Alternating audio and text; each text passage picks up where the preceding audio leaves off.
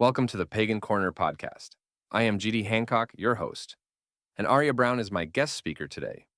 We will be discussing life yoga meditation. So it's over to you, Arya. Thank you, GD. And may I say, it's a pleasure to be here. Inner peace.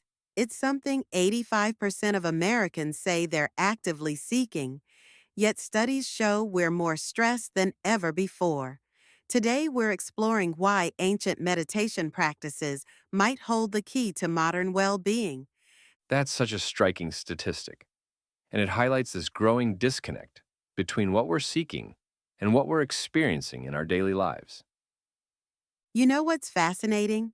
Research from Harvard Medical School shows that just 8 weeks of regular meditation can reduce the size of the amygdala, that's the brain's fear center, while increasing gray matter in areas associated with focus and emotional regulation. Hmm. So we're rewiring our brains when we meditate? That's pretty remarkable when you think about it. Exactly. And here's where it gets even more interesting.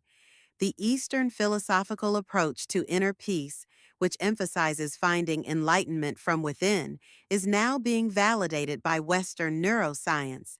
Studies show that experienced meditators have significantly different brainwave patterns than non meditators.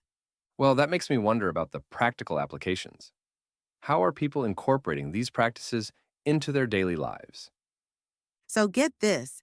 A recent workplace study found that companies implementing mindfulness programs saw a 28% reduction in stress levels and a 20% improvement in employee productivity. And it doesn't require hours of meditation. Even short micro practices of 2 to 3 minutes can trigger the relaxation response. That's exactly the kind of practical application people need to hear about. But what about the different approaches to meditation? Well, there's this fascinating spectrum of practices. The Buddhist tradition identifies four key states of being: sattva, pardhi, nirvana, and kosha. Modern research suggests each of these states corresponds to distinct patterns of neural activity. What's interesting is that the state of sattva, which represents inner peace, shows remarkable similarities to what neuroscientists observe in the brains of experienced meditators. So we're seeing this beautiful convergence of ancient wisdom and modern science. Right. And you know what's particularly exciting? Studies from the University of Wisconsin's Center for Healthy Minds show that even brief meditation practices can increase activity in the prefrontal cortex. That is the area associated with positive emotions and resilience. That reminds me of something I read about the ripple effects of these practices, how they impact not just individual well being, but also our relationships and communities. Yes. And the data backs this up. Research shows that regular meditators demonstrate a 23% increase in empathy and pro social behavior. It's like these practices help us tune into our fundamental interconnectedness. That makes me think about how these findings might apply to our increasingly disconnected society. Well, here's something surprising. Studies show that group meditation practices can create what researchers call coherence fields that actually affect the social atmosphere of entire communities. Some cities have even started implementing community meditation programs as part of their public health initiatives. That's fascinating how something so personal can have such wide reaching effects. And speaking of effects, let's talk about creativity and problem solving. Research from the University of London shows that regular meditation practice can increase creative problem solving abilities by up to 40%. It's like clearing the mental static that usually clouds our thinking. So these aren't just spiritual practices anymore, they're practical tools for enhancing every aspect of our lives. Exactly. And that's why we're seeing this explosion in meditation apps and workplace mindfulness programs.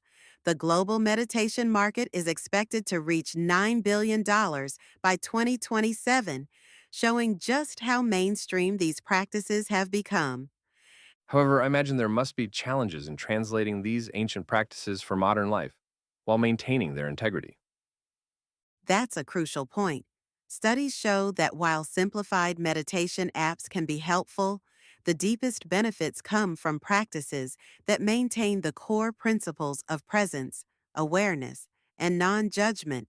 It's about finding that sweet spot between accessibility and authenticity. So, what's the key takeaway for someone just starting to explore these practices? Well, the research suggests starting small but staying consistent. Even 5 minutes of daily practice can lead to measurable changes in brain structure within 2 months. It's not about achieving some perfect state of enlightenment. It's about gradually developing what neuroscientists call mental fitness. That makes it sound much more approachable than the stereotypical image of meditation. And that's the most exciting part of this evolution.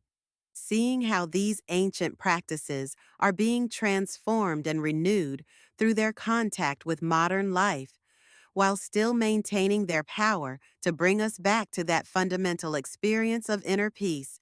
The data shows we need it now more than ever. Well, thank you for your input, Arya, and there we must leave it for now. Thank you, GD. Thank you all for listening, and join me again in the next podcast session of Pagan Corner.